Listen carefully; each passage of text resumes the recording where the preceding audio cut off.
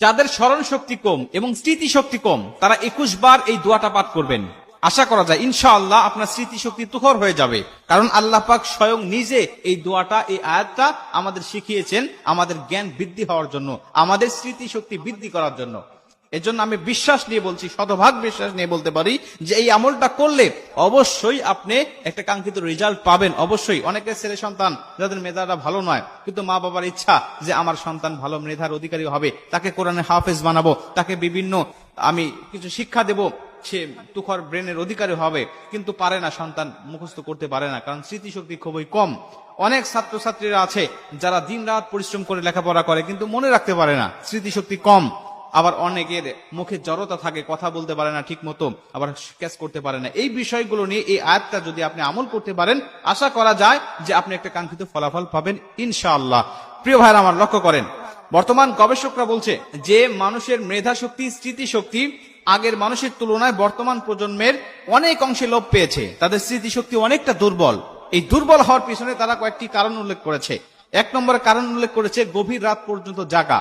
যারা গভীর রাত পর্যন্ত জাগে তাদের স্মৃতিশক্তি আস্তে আস্তে দুর্বল হয়ে যায়। এই স্মৃতিশক্তি, ব্রেনটা পরিশ্রম, এটা পর্যাপ্ত পরিমাণ রেস্ট না পাওয়ার কারণে এটা আস্তে আস্তে দুর্বল হয়ে যায়।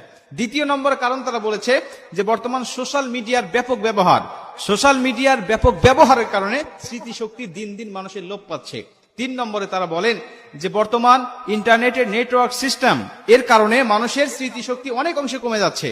বিশেষ করে আমরা যখন ঘুমাই, মাথার কাছে মোবাইলটা রেখে ঘুমাই, বিজ্ঞানরা বলছে, গবেষকরা বলছে এর কারণে মানুষের স্মৃতিশক্তি আস্তে আস্তে লোপ পায়।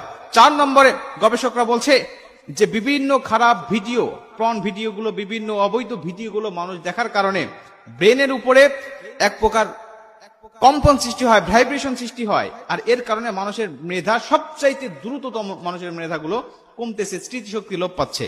এজন্য আমরা এই আমলের পাশাপাশি এই সমস্ত বদ অভ্যাসগুলো যদি আমাদের থাকে তাহলে এগুলো আমাদের বাদ দিতে হবে। গভীর রাত পর্যন্ত জাগা যাবে না, অল্প সময় ঈশা নামাজ পড়ে আমরা ঘুমিয়ে যাব ইনশাআল্লাহ। এরপরে আমরা গভীর রাত থেকে উঠবো, এরপরে আমরা কি করব, এই সমস্ত সোশ্যাল মিডিয়ার ব্যবহার আমরা অনেক অংশে কমিয়ে দেবো, আগের তুলনায় কমিয়ে দেবো ইনশাআল্লাহ। এরপরে যখন রাত্রিবেলা ঘুমাবেন মাথার কাছে মোবাইল রাখবেন না, এটা আপনার জন্য অনেকটা ক্ষতিকর। এটা নিয়ে অনেক গবেষণা হয়েছে।